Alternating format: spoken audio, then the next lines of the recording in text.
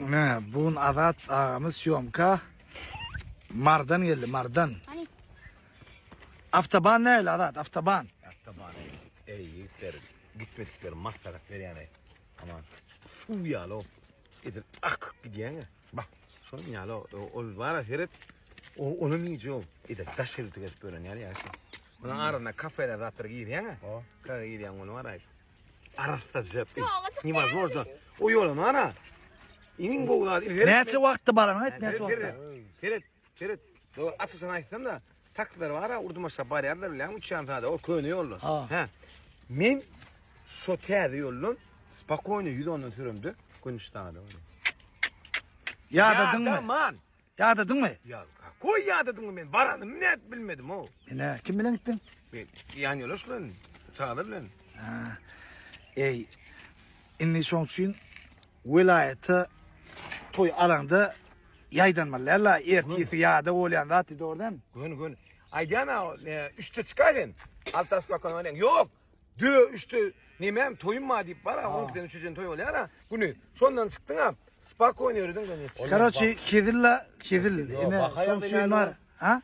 Toyun bakalım nasıl olur? Yol koy. Üçüne. Ey iş çağı. Ya dedim. Ene gayra dedim, пожалуйста. Şükür et. Ene şuna менде штатлар yazman. Эй, без вас знаю.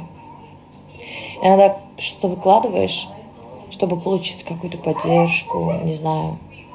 Ну, хочется поддержку. А тут пишут. Не обращай внимания. Шükür et. Все хорошо. Все будет хорошо. Я и без вас знаю.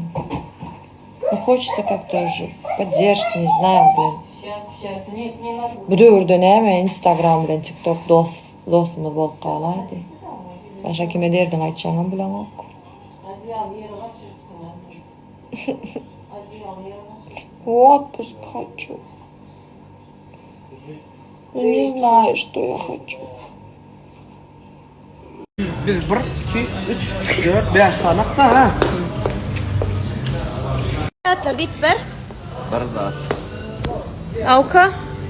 Seni. Hakikat. Hakacan. Sen. Lilla aşkım. Sen. En ulu çağalar. Korpulum kıyfevi.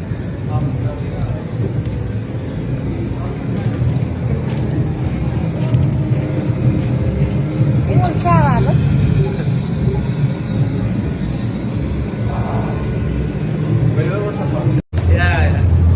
Duyuyor kaydı.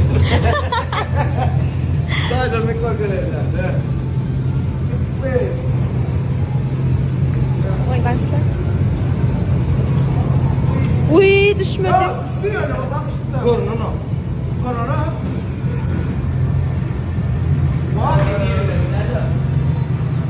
Ana düştü.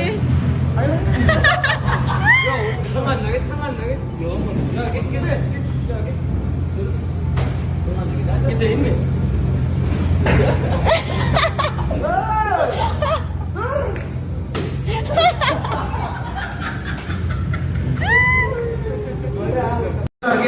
Assalamu alaikum.